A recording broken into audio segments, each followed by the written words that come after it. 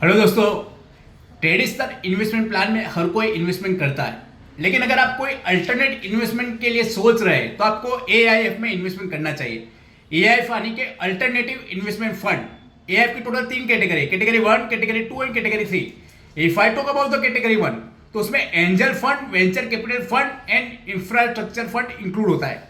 अगर angel fund की बात करें तो फॉर एग्जाम्पल किसी ने बिजनेस के लिए सोचा है लेकिन कोई प्लान नहीं किया, फंड कहाँ से आएगा, बिजनेस को कौन से लेवल पे ले जाना है, कुछ भी डिसाइड नहीं है। वो कंडीशन में कोई भी इंडिविजुअल पर्सन, कोई भी इन्वेस्टर या कोई भी कंपनी उसके लिए फंडिंग करती है, यानी कि उनके लिए एंजल बन के आती है, उसको एंजल फंड कहा जाता है दोस्तों। वेंचर कैपिटल फंड, स्टार्टअप करना है, ठीक है, अपने प्लान भी बना दिया है, फॉर एग्जाम्पल 100 जिम एस्टेब्लिश करना है ऑल ओवर इंडिया और उसके लिए 100 CR चाहिए, तो उसके लिए जो फंडिंग की जाती है उसको वेंचर कैपिटल फंड कहा जाता है दोस्तों।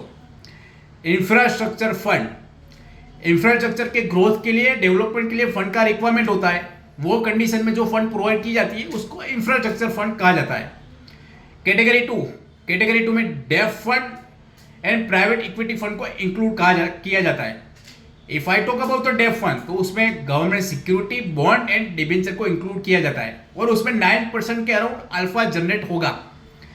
प्राइवेट इक्विटी फंड, स्टार्टअप कर दिया ऑलरेडी, बिजनेस स्मॉल लेवल पे चल रहा है और उसका ग्रोथ करना है, बिजनेस को आगे के लेवल पे ले जाना है और बिजनेस के ग्रोथ के लिए फंड का रिक्वायरमेंट है, तो एक कंडीशन में जो फंड प्रोवाइड की जाती है उसको प्राइवेट इक्विटी फंड कहा जाता है दोस्तों।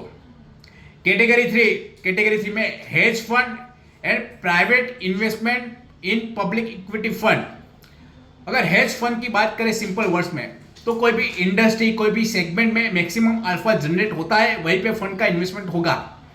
हेज फंड का main purpose maximum alpha generate करना है दोस्तों।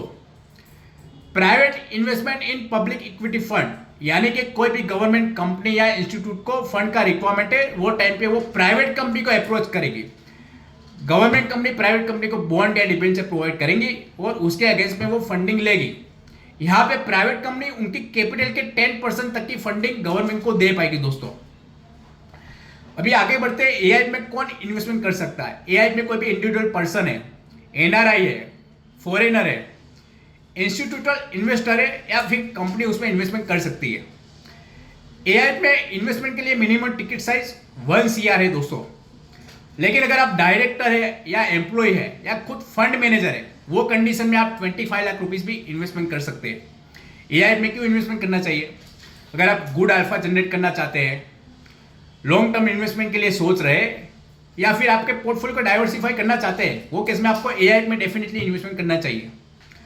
अगर मैं टैक्स की बात करूं तो एआई में long term and short term capital gain दोनों एप्लीकेबल होता है और एआई में उसकी कैटेगरी के अकॉर्डिंग टोटल अपने बात करें लॉकिंग पीरियड की तो 2 से 10 साल तक का लॉकिंग पीरियड रहता है उसके कैटेगरी के अकॉर्डिंग दोस्तों अगर आपको इन्फॉर्मेशन अच्छी लगी हो तो मिस्टर आर्यन पटेल को लाइक, शेयर एंड सब्सक्राइब करना ना भूलें। ओके दोस्तों, बाय, टेक केयर।